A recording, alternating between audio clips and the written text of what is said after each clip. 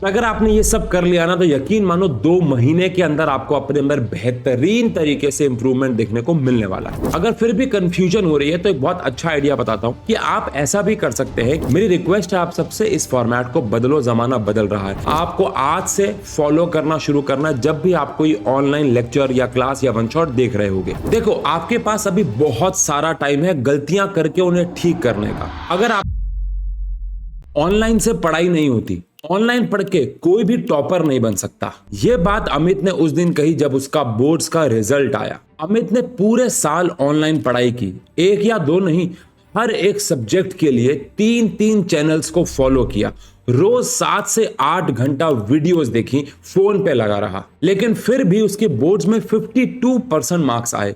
इतनी सारी मेहनत और डेडिकेशन के बाद कहीं ना कहीं उसको लग रहा था कि उसके 90% मार्क्स आएंगे बोर्ड्स में। पर अमित टाइम तो देता था लेकिन सिर्फ पैसिव लर्निंग करता था। वहीं पे रोहन, जिसने अमित के मुकाबले आधा टाइम दिया, उसने अपने बोर्ड्स में 91% मार्क्स स्कोर किए। अब आप सोच रहे हो कि रोहन ने ऐसा क्या किया? तो रोहन ने एक बहुत बढ़िया प्लान फॉलो किया। उसने सारे टूल्स को सही तरीके से इस्तेमाल किया और ये साबित करके दिखाया कि ऑनलाइन से भी पढ़ाई हो सकती है। उसका क्या सॉलिड प्लान था और उसने क्या एक्टिव लर्निंग टूल, सबसे इंपॉर्टेंट बात, एक्टिव लर्निंग टूल्स यूज किए। इस वीडियो में आज उसके बारे में बात करने वाले हैं। तो अगर आप भी ऑनलाइन पढ़ते हो तो ये एक छोटी सी वीडियो नहीं, आपके लिए एक मास्टर क्लास होने वाली है।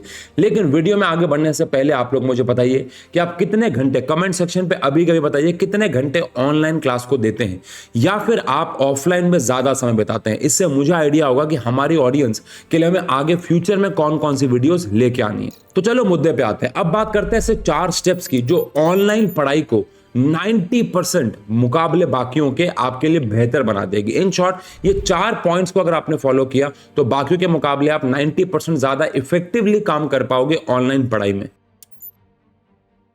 सबसे पहले तो यार, एक चैनल से दूसरे चैनल पे स्विच करना बंद करो। ये बात कई बच्चों को कड़वी लग सकती है, लेकिन जो भी चैनल आपके लिए वर्क कर रहे हैं, 1 या मैक्सिमम 2, उनके कंटेंट पे अगर आप रिलाई कर सकते हो, आपको लगता है कि यार ये कंटेंट मुझे मेरे बोर्ड्स में मार्क्स दिलवा सकता है, ना कि मैं यहां पे जाके बस एंटरटेन हो रहा हूं। क्या ये कंटेंट एक्चुअली में जेन्युइनली मेरे को मेरे नंबर दिलवा सकता है? क्या जो टीचर पढ़ा रहा है उसके पास इतना एक्सपीरियंस है? क्या उनके कंटेंट में इतना दम है? तो कोई 1 या 2 चैनल्स पे आप रिलाई करो और एक चैनल से दूसरे चैनल पे स्विच मारना आज ही बंद कर दो। और एक बात ध्यान रखना, सबके लिए एजुकेशनल चैनल्स या टीचर्स अलग अलग हो सकते हैं।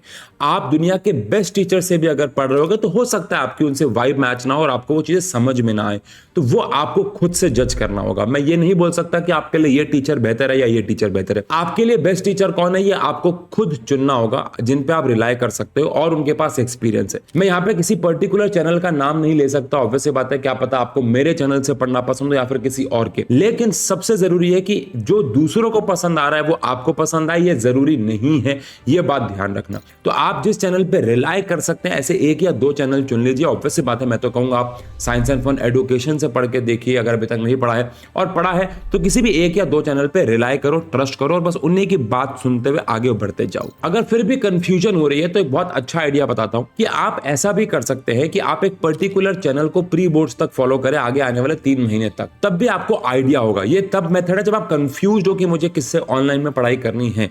अगर आपको क्लियर है तो सॉर्टेड है, लेकिन अभी भी कंफ्यूज हो तो प्री बोर्ड तक एक पर्टिकुलर चैनल पे फिक्स रहो। कुछ फायदा हुआ है तो आगे भी बोर्ड्स पे ध्यान दो, नहीं तो आपको स्विच करना पड़ेगा। और इसी में आपको एक बहुत इंपॉर्टेंट स्टेप फॉलो करना है, वो है प्लेलिस्ट। आपने जो भी वन शॉट देख लिए या फिर आप देखने वाले उनकी पहले से प्लेलिस्ट बना लो। इससे आपका टाइम वेस्ट नहीं होगा और कहीं ना कहीं आप डिस्ट्रैक्ट नहीं होंगे। जैसे एग्जांपल के तौर पे हमने हमारे सारे चैनल्स पे बाकी चैनल्स की प्लेलिस्ट बना रखी है ताकि बच्चा किसी भी चैनल पे आए तो वो डिस्ट्रैक्ट ना हो। एग्जांपल के तौर पे अगर आप इस चैनल पे हमारी कोई वीडियो देख रहे हो अभी, तो हमने इसी चैनल पे बाकी चैनल्स के लेक्चर्स की वन शॉट की प्लेलिस्ट बना रखी है। ऐसे ही आपको भी करना है। आपको क्या करना है, जो जो वन शॉट आपको पसंद आ रहे हैं या आपको लगता है आप फ्यूचर में देखोगे, उनकी प्लेलिस्ट अभी ही बना लो। आपको आई होप पता हो दूसरे चैनल्स की प्लेलिस्ट आप बना सकते हैं खुद से, इससे आप लेस डिस्ट्रैक्टेड रहेंगे। और वन शॉट देखने से पहले एक बहुत इंपॉर्टेंट चेंज भी बताऊंगा। आप जब वन शॉट देखने जाते हो तो आप बिना किसी तैयारी के सिर्फ वन शॉट देखते हो या फिर कोई ऑनलाइन क्लास लेते हो, चाहे वो पेड बैच की क्यों ना हो। मेरी रिक्वेस्ट है आप सबसे, इस फॉर्मेट को बदलो, जमाना बदल रहा है। अगर आपको पता है आप आज ये वन शॉट देखने जा रहे हो या फिर आज ये पर्टिकुलर टॉपिक होने वाला है जो कि टीचर बताते ही है कि हम ये ये पढ़ेंगे अगली क्लास में ऐसे ऐसे करके, तो वहां पे आपको पहले से एक ओवरव्यू लेके जाना है। यकीन मानो जब आप पहले से एक ओवरव्यू लेके जाओगे और फिर जाके आप एक वीडियो देखोगे या लाइव क्लास लोगे, यकीन मानो बहुत इंपैक्ट होगा। तो अब चलते हैं पार्ट 2 पे। अब आपके साथ क्या प्रॉब्लम है, स्कूल में और आपकी ऑनलाइन क्लास में या ऑफलाइन क्लास में पढ़ने का तरीका अलग क्यों है? ऑफलाइन क्लास में बहुत अलग तरीके से पढ़ते आए हैं, लेकिन ऑनलाइन में हमारा तरीका बदल क्यों जाता है? हम सिर्फ वीडियोस क्यों देखते हैं? गलत है, मेथड को बदलना होगा। आओ आपको आज ACT मेथड बताता हूं। ये ACT मेथड आपको आज से फॉलो करना शुरू करना है जब भी आप कोई ऑनलाइन लेक्चर या क्लास या वन शॉट देख रहे होगे। अब ACT में A का मतलब है एक्टिव नोट्स। इसमें आपको 3 से लेकर 5 की पॉइंट्स आपको हर 10 मिनट्स पे लिखने होंगे। सी का मतलब है क्रिएट क्वेश्चन, यानी हर क्लास के बाद जो भी आपने नोट्स बनाए होंगे उन्हें 10 से लेके 15 क्विज क्वेश्चन में बदलो। खुद करोगे तो अच्छा है, वरना चैट जीपीटी की मदद ले सकते हो। टी का मतलब है टीच बैक। काफी क्लासिक तरीका है, मैं खुद करता हूं। मतलब कुछ भी नया पढ़ने के बाद उसे खुद के शब्दों में बोलकर खुद को एक्सप्लेन करो। यानी कि आपको सबसे पहले तो ए में जो भी आप पढ़ रहे हो हर 10 मिनट के बाद नोट्स बनाने हैं। सी में आपको खुद से क्वेश्चन क्रिएट करने हैं, 10-15 मैक्सिमम कर सकते हो, 5-10 भी चलेंगे।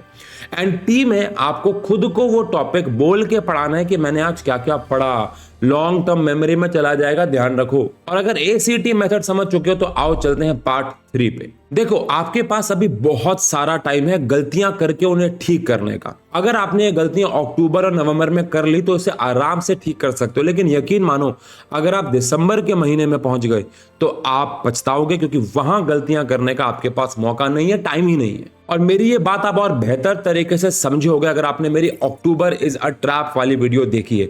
नहीं देखी तो जस्ट इस वीडियो के बाद देख लेना। अक्टूबर में बच्चे कैसे फंस जाते हैं इसके बारे में बात की गई है। अब अपनी गलतियों को सुधारने के लिए मैं आपके लिए एक और मेथड लेके आया हूं, MET मेथड। आओ उसको समझते हैं, क्योंकि अभी आपके पास ऑफलाइन वाले बच्चों के मुकाबले टाइम ज्यादा है, आप सब जानते हैं, ऑनलाइन में टाइम बच जाता है, तो गलतियों को सुधारने का मौका है। आओ MET मेथड के बारे में बात करते हैं। इसमें M का मतलब है मार्क। जब भी आप कोई ऑनलाइन क्लास ले रहे हो, चाहे वो पेड बैच की हो चाहे वो वन शॉट यूट्यूब के वगैरह हो, आपने जो भी क्वेश्चन गलत किया उसे मार्क कर लो या फिर स्क्रीनशॉट ले लो। लेजी मत बनना और उससे कहीं ना कहीं नोट कर लो कि यह सवाल मुझसे गलत हुआ था। जैसे कि हम जब अपनी विनर सीरीज में क्या करते हैं, जब एक बच्चा या हम क्लास में अपने पेड बैच में विनर सीरीज के सवाल करवा रहे होते हैं, वहां जब भी कोई बच्चा गलती करता है हम उसको स्ट्रिक्टली बोलते हैं, लाल, मेरी एक टैगलाइन है, लाल रंग से लिख लो वरना खून से लिख लो, उसे मार्क कर लो, ताकि वो आपको जब आप किताब खोलो तो अलग से चमके हुए दिखे कि यार ये क्वेश्चन मैंने गलत किए थे, मुझे ऐसे क्वेश्चन की ज्यादा प्रैक्टिस करनी चाहिए। इसके बाद ई का मतलब क्या है? अब ई में जो भी आपने एम में क्वेश्चन मार्क किया उसमें ई में आपको लिखना है एक्सप्लेन, कि क्या गलती हुई,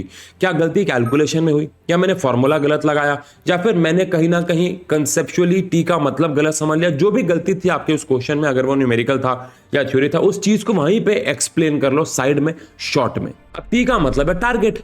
अगर आपकी गलती कैलकुलेशन में हुई है तो आपको ज्यादा प्रैक्टिस करनी पड़ेगी कैलकुलेशन की, और वो बहुत सारी प्रॉब्लम्स का सॉल्यूशन होगा। बट अगर कंसेप्चुअल गलती है तो जाओ अपने चैनल को जिसको आपने ऊपर चुन लिया था, उस चैनल पे जाओ, उस पर्टिकुलर वन शॉट पे जाओ, उस पर्टिकुलर टॉपिक पे जाओ, सिर्फ पूरा वन शॉट देखने की जरूरत नहीं है, और उस टॉपिक को दोबारा देखो और ऐसे सिमिलर क्वेश्चन दोबारा बनाओ, चाहे खुद से, चाहे किसी किताब से, चाहे चैट जीपीटी से। यानी MET से आप अपनी गलतियां नोटिस भी कर पाओगे, अपनी प्रॉब्लम्स का सॉल्यूशन भी ढूंढ पाओगे खुद से। अगर आपने ये सब कर लिया ना तो यकीन मानो 2 महीने के अंदर आपको अपने अंदर बेहतरीन तरीके से इंप्रूवमेंट देखने को मिलने वाला है। अब चलते हैं आखिरी स्टेप पे। यहां पे कुछ बातें करेंगे जो आपको ध्यान रखनी है और या फिर आपके पास होनी चाहिए। सबसे पहला है टाइम ब्लॉक योर डे।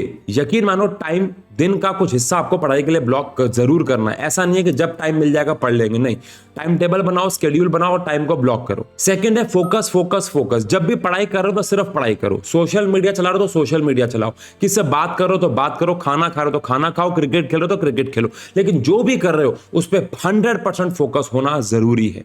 ऐसा नहीं है कि पढ़ाई करते वक्त सोशल मीडिया चलाने लग गए, सोशल मीडिया के वक्त पढ़ाई की बात कर रहे हो, क्रिकेट खेलते हुए सोच रहे हो कि खाने में क्या बना, नहीं, जो भी कर रहे हो उसको 100% फोकस से करना है। अगला है भैया हेल्दी खाओ और हाइड्रेटेड रहो, बहुत जरूरी है, लॉन्ग टर्म पे पता चलेगा। अच्छा खाना पीना खाओ, जंक फूड जितना हो सके अवॉइड करो। फिर रखनी आपको एक डेडिकेटेड नोटबुक। जी हाँ, डिजिटल नोट से वो फीलिंग नहीं आती है। हर एक सब्जेक्ट की आपके पास एक सेपरेट नोटबुक होनी चाहिए जो आपकी खुद की पर्सनल है, जो कोई और खोले तो समझ भी ना पाए कि आपने क्या लिखा है, कैसे लिखा है, लेकिन सिर्फ आप भी समझ सकते हो। शॉर्ट नोट्स, की पॉइंट्स, अपनी गलतियां सब उस नोटबुक में हर एक चैप्टर के डेडिकेटेडली होनी चाहिए। भाई साहब अलग अलग कलर के पेपर चढ़ा लो, एक फील आती है। और उसके बाद एक ऐसी जगह बनाओ जहां पे आप कंफर्टेबली पढ़ सको, बट ऐसा कंफर्ट नहीं कि नींद आ जाए।